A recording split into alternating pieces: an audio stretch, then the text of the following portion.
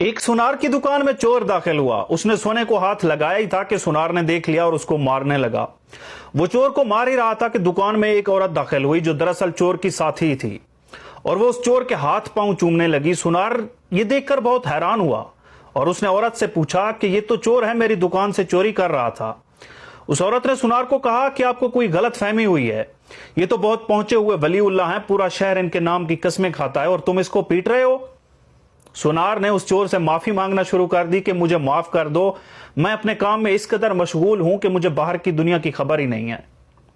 उस चोर ने कहा कि कोई बात नहीं, इंसान खता का पुतला होता है, ये लो मेरा करिश्माती रुमाल अपने चेहरे पर फेरो, खुदा तुम्हें माफ कर देगा। सुनार बेचारा ने रुमाल अपने मुंह पर फेरा तो वहीं बेहोश हो गया और वो चोर और वो औरत दोनों सुनार की दुकान खाली करके चले गए।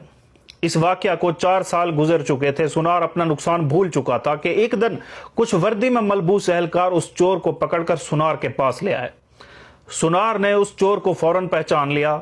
वर्दी वालों ने कहा कि हमने तुम्हारे चोर को पकड़ लिया है, अब हमें बताओ इसने तुझे कैसे लूटा था। सुनार बताने लगा कि इसने ऐसे ऐसे लूटा था, रुमाल दिया था जो मैंने मुंह पर लगाया था, मैं बेहोश हो गया था और ये मुझे लूट कर चले गए थे।